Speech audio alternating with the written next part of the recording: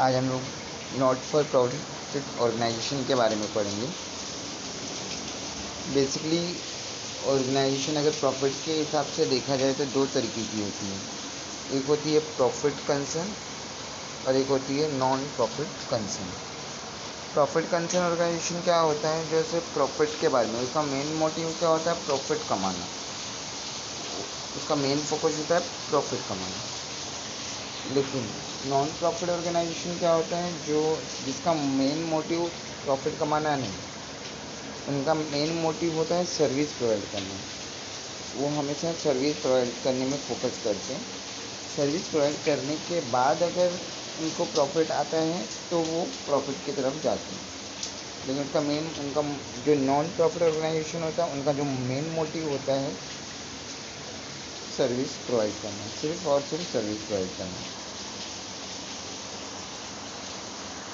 अब इसके आगे हम देखते हैं नॉन प्रॉफिट ऑर्गेनाइजेशन का मीनिंग देख लेते हैं। देखिए यहाँ पे मीनिंग क्या है।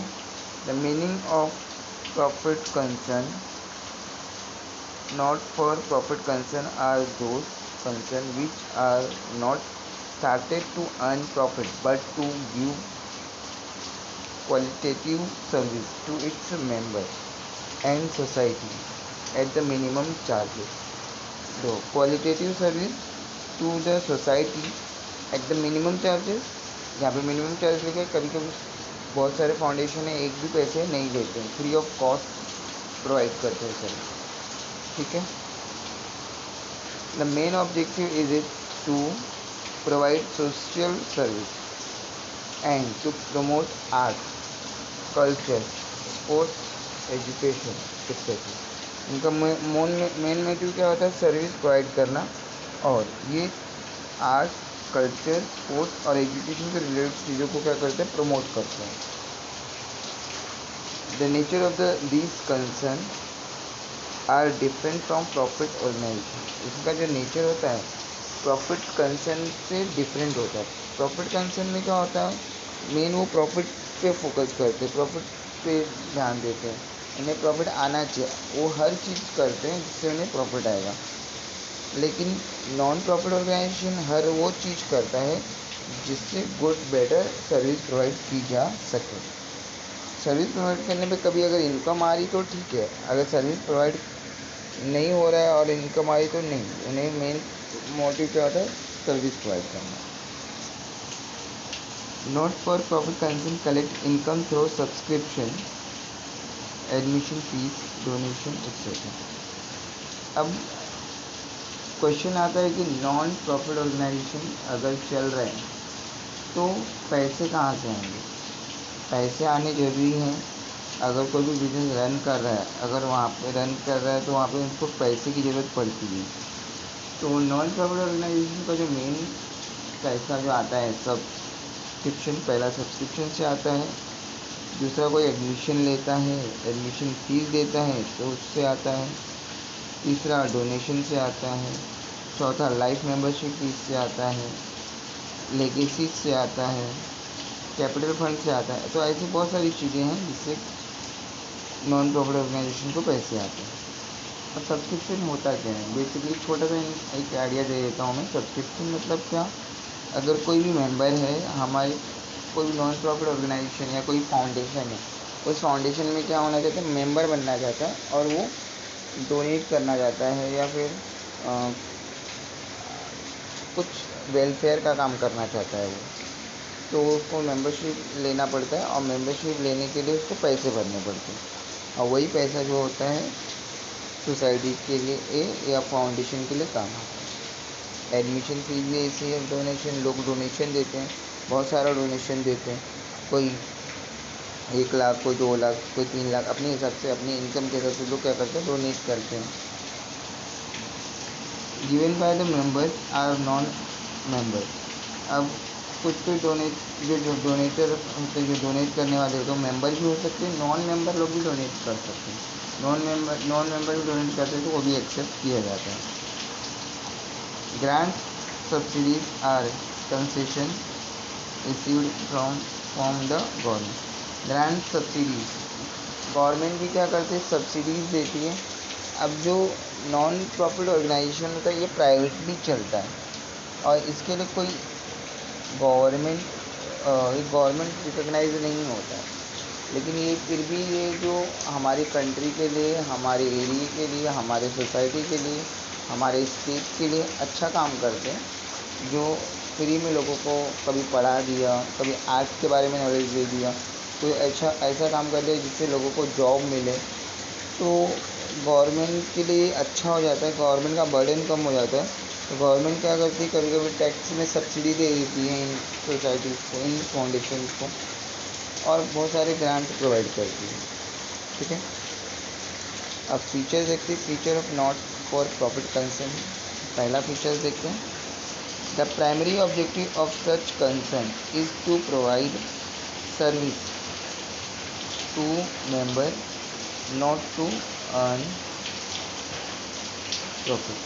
तो जैसे कि हम लोग ने देखा कि इसका मेन मोटिव ये नहीं होता है कि प्रॉफिट कमाए, इनका मेन मोटिव क्या होता है, सर्विस प्रोवाइड करना, पुअर से पुअर लोगों को सर्विस प्रोवाइड करना, नीडी पर्सन को सर्विस प्रोवाइड करना, जो भी नीडी इंसान है जिसको भी ज़रूरत है वो यहाँ से सर्विस ले सकते हैं।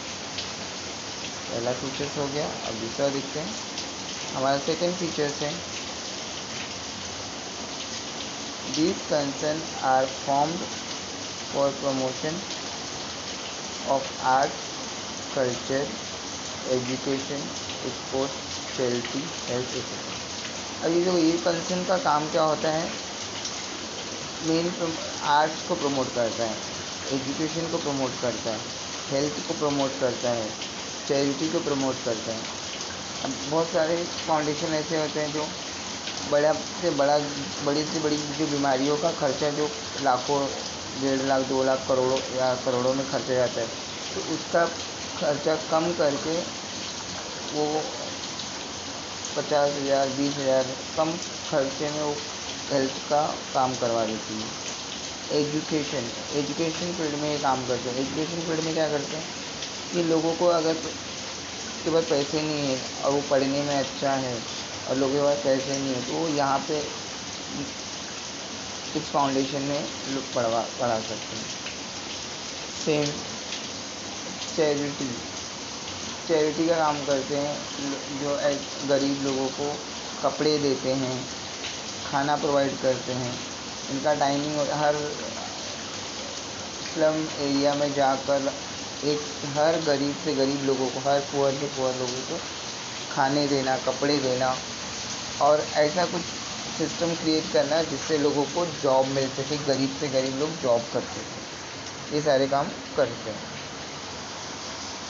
तीसरा फीचर देखते हैं, the member of this concern can not got the dividend, it is prohibited. अब जो member of this concern can not got the dividend, इसका मतलब क्या हुआ, जो इस फाउंडेशन का या जो नॉन प्रॉफिट ऑर्गेनाइजेशन का जो भी मेंबर होता है, वो उसको प्रॉफिट नहीं मिलता, उसको कोई भी डिविडेंड नहीं मिलता है। वो अगर कंपनी का शेयर भी में इनकम पैसे डाला होता है तो उसको कोई भी पैसे नहीं मिलते, या मेंबरशिप बना होता है तो उसको कोई भी पैसा नहीं मिलता, क्योंकि नॉट प्रॉफिट ऑर्गेनाइजेशन है। मतलब यहाँ पे लोग चैरिटी के लिए आते हैं, डोनेट करने के लिए आते हैं, ना कि प्रॉफिट कमाने के लिए। ये तीसरा फीचर है।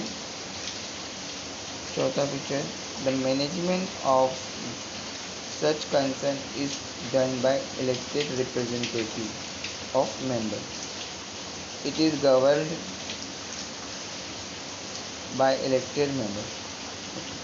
अभी जो चौथा फीचर क्या है, जो इसका जो मैनेजमेंट होता है वो इलेक्टेड पीपल से करते हैं। जो इलेक्टेड लोग होते हैं, कुछ सिलेक्टेड लोग, सिलेक्टेड या इलेक्टेड दोनों का मतलब एक ही होता है।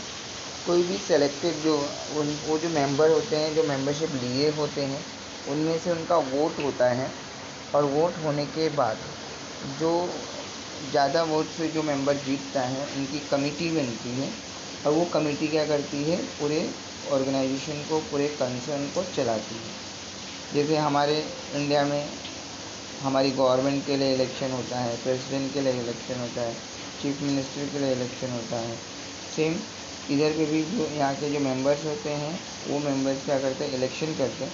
इलेक्शन करने के बाद उसमें जो भी मेंबर जीतता है उन मेंबर्स की कमेटी बनती है और वो कमेटी क्या करती है, पूरे ऑर्गेनाइजेशन को चलाती है। ठीक है।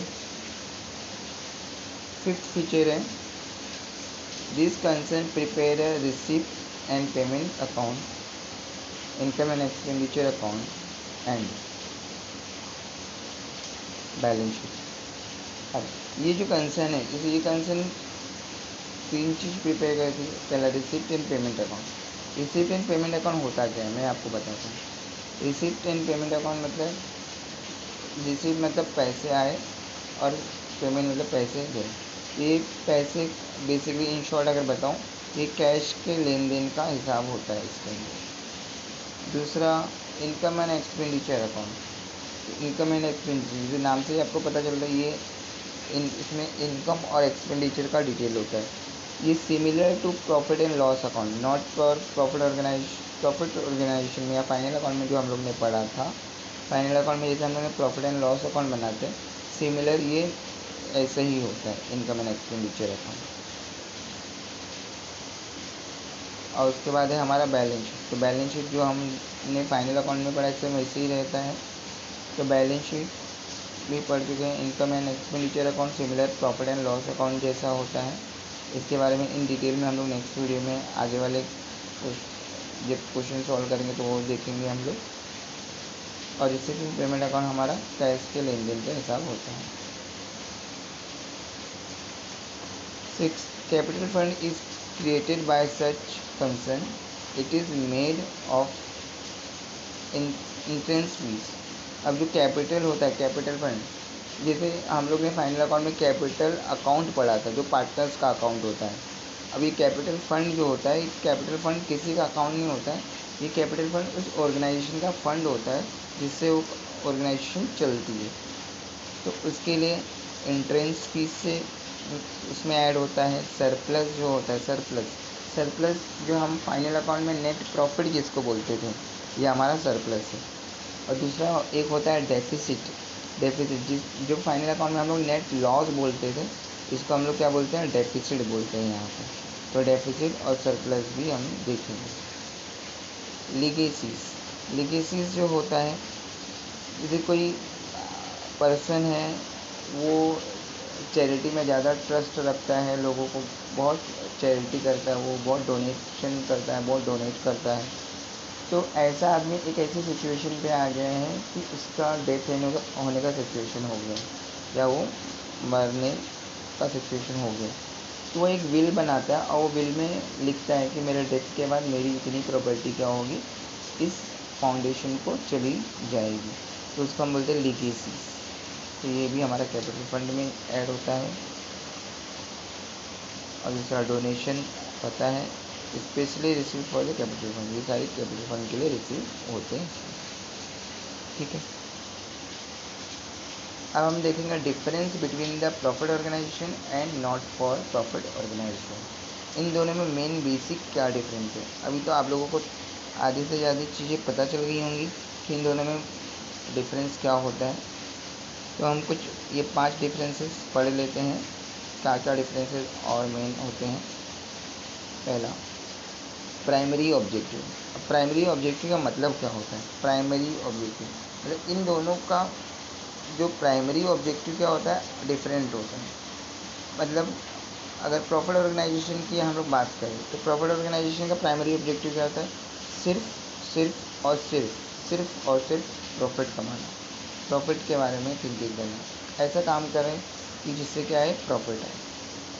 लेकिन नॉट फॉर प्रॉफिट ऑर्गेनाइजेशन का प्राइमरी ऑब्जेक्टिव क्या होता है, सिर्फ provide the primary objective of their organization is to provide service. इनका जो मेन मोटिव क्या होता है, सर्विस प्रोवाइड करना। तो इनका जो नॉट फॉर प्रॉफिट ऑर्गेनाइजेशन है, उनका मेन ऑब्जेक्टिव होता है सिर्फ और सिर्फ सर्विस प्रोवाइड करना। सेकेंड डिफरेंस देख लेते हैं, preparation of trial balance. Preparation of trial balance हम प्रिपेयर करते हैं इसमें जो प्रॉफिट ऑर्गेनाइजेशन है उसमें ट्रायल बैलेंस प्रिपेयर हो रहता है, फिर उसके हेल्प से हम फाइनल अकाउंट बनाते हैं। या फाइनल अकाउंट के लिए हम trading account, profit and loss account और बैलेंस शीट बनाते हैं। और इसमें क्या प्रिपेयर होता है, इसमें ट्रायल बैलेंस प्रिपेयर नहीं होता है, उसकी जगह पे receipt and payment account prepare होता है। Receipt and payment account prepare होता है जो हमें क्वेश्चन में दिया रहता है, और उसकी हेल्प से हम बनाते क्या हैं, इनकम एंड एक्सपेंडिचर अकाउंट और बैलेंस शीट बनाते हैं। अकाउंटिंग स्टेटमेंट क्या है, प्रॉफिट ऑर्गेनाइजेशन का अकाउंटिंग स्टेटमेंट जो है, पहला ट्रेडिंग अकाउंट है, दूसरा प्रॉफिट एंड लॉस अकाउंट है, और तीसरा बैलेंस शीट। इसमें पहला रिसीट एंड पेमेंट अकाउंट है, दूसरा इनकम एंड एक्सपेंडिचर अकाउंट है, और तीसरा balance sheet.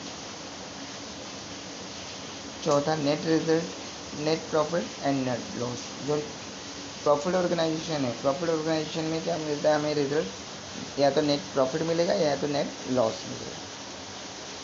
Non profit organization में या तो हमें सरप्लस मिलेगा या तो हमें डेफिसिट मिलेगा। सरप्लस मतलब नेट प्रॉफिट, डेफिसिट मतलब नेट लॉस। सरप्लस को हम लोग एक्स्ट्रा प्रॉफिट भी बोलते हैं, और डेफिसिट को हम लोग क्या बोलते हैं, लॉस बोलते हैं। Owner's fund and capital fund. Owner's fund includes owner investment and capital fund reserve and surplus. अब इसमें जो प्रॉफिट ऑर्गेनाइजेशन में जो ओनर का जो फंड, और उसमें ओनर फंड होता है, कैपिटल का भी में इंक्लूड होता है। और नॉन प्रॉफिट ऑर्गेनाइजेशन में क्या होता है, capital fund represent accumulated amount of surplus, subscription, donation, surplus as shown by the income and expenditure account. तो कैपिटल फंड में जो रिप्रेजेंट होता है, कैपिटल फंड में क्या क्या ऐड होता है, सरप्लस ऐड होता है, सब्सक्रिप्शन ऐड होता है, डोनेशन ऐड होता है, और ये सारी चीज़ें ऐड होकर हमारा क्या बनता है, कैपिटल फंड बनता है। कैपिटल फंड और नॉट प्रॉफिट ऑर्गेनाइजेशन में कैपिटल फंड, और प्रॉफिट ऑर्गेनाइजेशन में कैपिटल अकाउंट, दोनों सिमिलर चीज़ें हैं। लेकिन कैपिटल अकाउंट जो होता है प्रॉफिट ऑर्गेनाइजेशन में वो पार्टनर्स का होता है, लेकिन नॉट फॉर प्रॉफिट ऑर्गेनाइजेशन में कैपिटल फंड बिजनेस का होता है या कंसर्न का होता है। तो आज हम लोग यहाँ पर इसको ये वीडियो यहाँ पर ही रखते हैं। मैं समझता हूँ आप लोगों को ये वीडियो अच्छे से समझ में आया रहेगा ना। आप नेक्स्ट वीडियो का वेट कीजिए, मैं इसका एक्सप्लेनेशन का दूसरा पार्ट बनाऊँगा। आपको ये वीडियो अच्छा लगा तो चैनल को शेयर, सब्सक्राइब और लाइक कीजिए। वीडियो देखने के लिए बहुत बहुत धन्यवाद।